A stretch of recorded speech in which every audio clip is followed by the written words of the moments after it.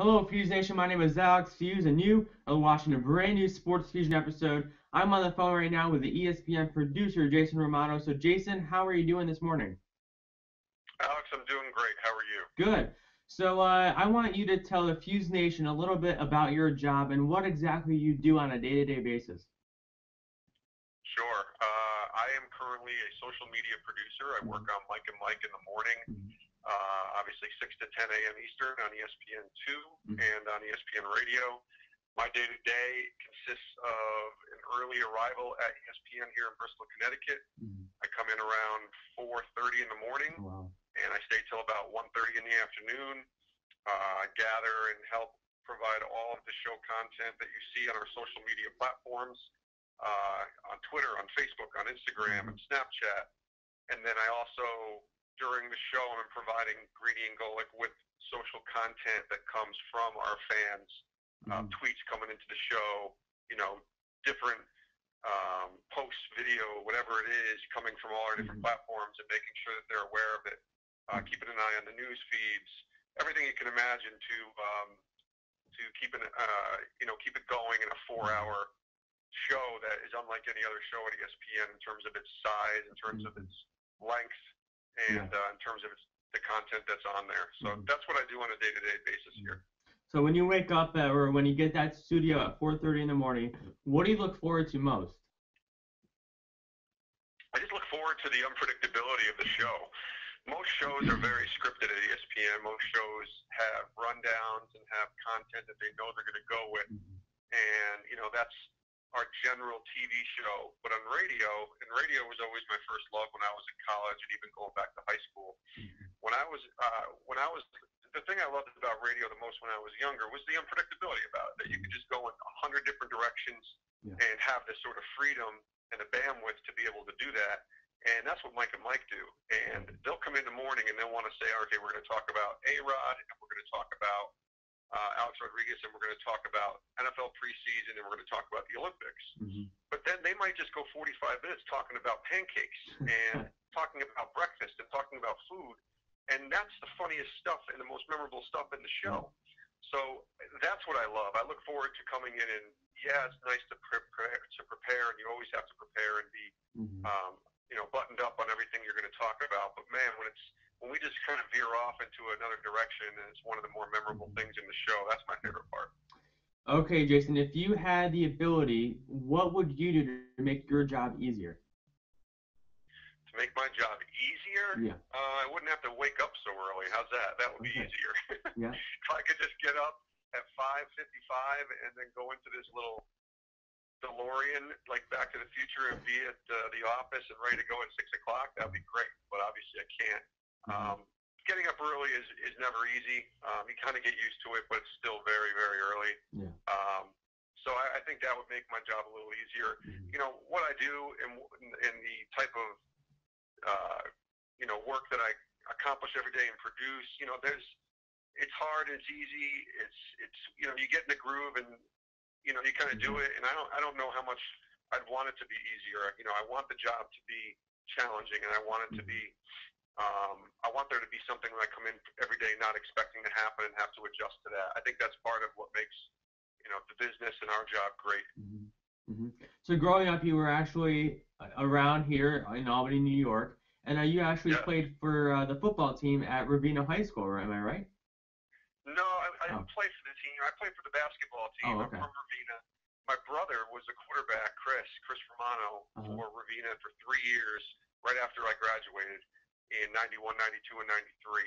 So my brother was all-state quarterback, that type of thing. He was one of the better quarterbacks in the Section 2 that year, or those few years. I played high school basketball. I also played a semester of college basketball, and I also played baseball for Romano as well. So I'm an RCS grad, Romano Cleveland Selkirk grad, and Albany and the 518 and Chalmont bring back a lot of memories. I played Chalmont twice a year in the Colonial Council for all the years that I played in high school. So definitely bring back a lot of memories. So like you just said, you were an athlete in high school. Was it hard for you to transition into this career? I bet you probably wanted to start out in this broadcasting on air thing. How did you realize that, okay, I don't really want to be on broadcast. I want to not on air. I want to be the producer that helps put the show together. Yeah, I mean, my dream when I was in high school was to be, and I wrote this in my high school senior yearbook, to be the greatest broadcaster ever. The greatest broadcaster I wrote since Howard Cosell, who's been long gone, but one of the legendary broadcasters in the business. So my dream was always to be on air. I realized pretty quickly, I was an athlete, but I wasn't very good. I was okay, but I wasn't going to be like any type of college or professional athlete.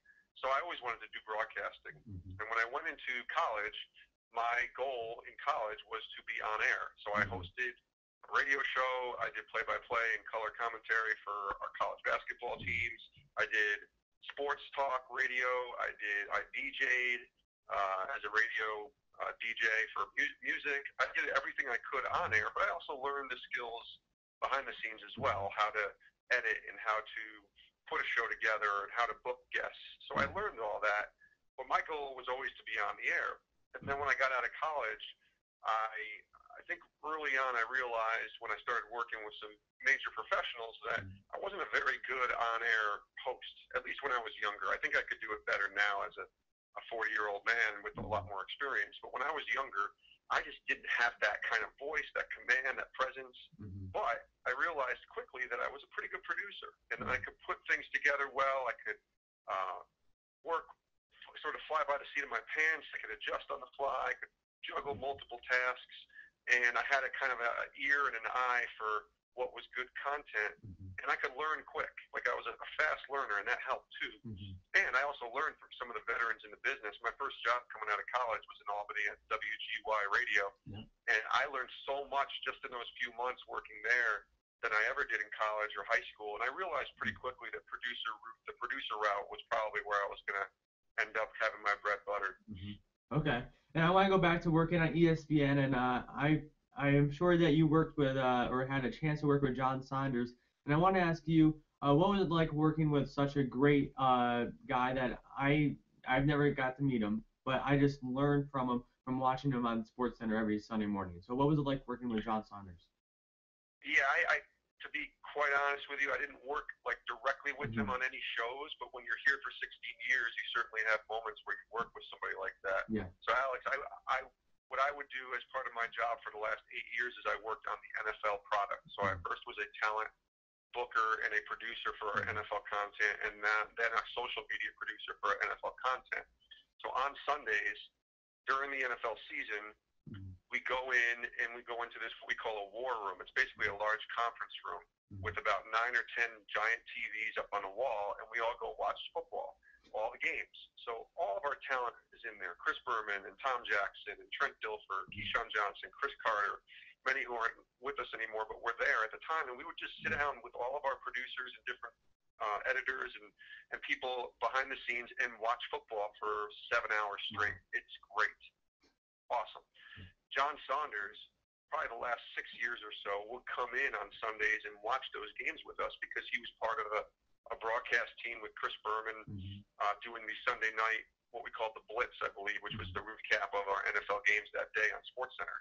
So John Saunders was part of that broadcast. It was Chris Berman, John Saunders, Trent Dilfer, and Tom Jackson. And John Saunders would come in usually around 1:30 or so. So we were already in there having our food, watching the games, and John would walk in. Whenever he'd walk in, people would just clap, and it was sort of just a cordial clap, like, hey, John's here, yay, and everybody would kind of clap and acknowledge him. But when he walked in, it was this sort of commanding professionalism that you saw with this man who would walk in, and you knew he'd been here for years. And Chris Berman was a guy who I worked with too, and Berman was the same way. Boom, call him. He's the same way. When he walked in, you realize you're walking into greatness. You're walking into a legend here in the business and a legend at ESPN.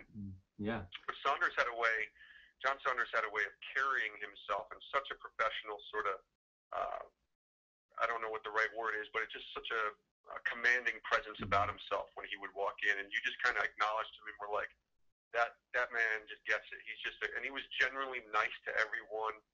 He never walked in and kind of pounded his chest and said, hey, look at me. He had such a gentle spirit. I could tell he had that kind of spirit. And, I didn't know him, like I say, very well, but I certainly was in the room with him every Sunday for 16 weeks for the last 7 or 8 years, and he's going to be missed. He was a legend here at ESPN, and it was tragic to watch. And you saw all the tributes on TV from all the people who do him much better than I did, and he obviously touched so many lives. So he'll be missed. Okay, Jason, I want to say thank you for taking the time out of your busy day at ESPN to come on my Sports Feuzion show this morning. Thanks for coming on. Alex, anytime, man. Thanks for having me. Yeah. Okay, Fuse Nation, thanks for watching. I will see you at 12:30 today with Christian Moore as a pitcher in the Yankees organization. Thanks for watching.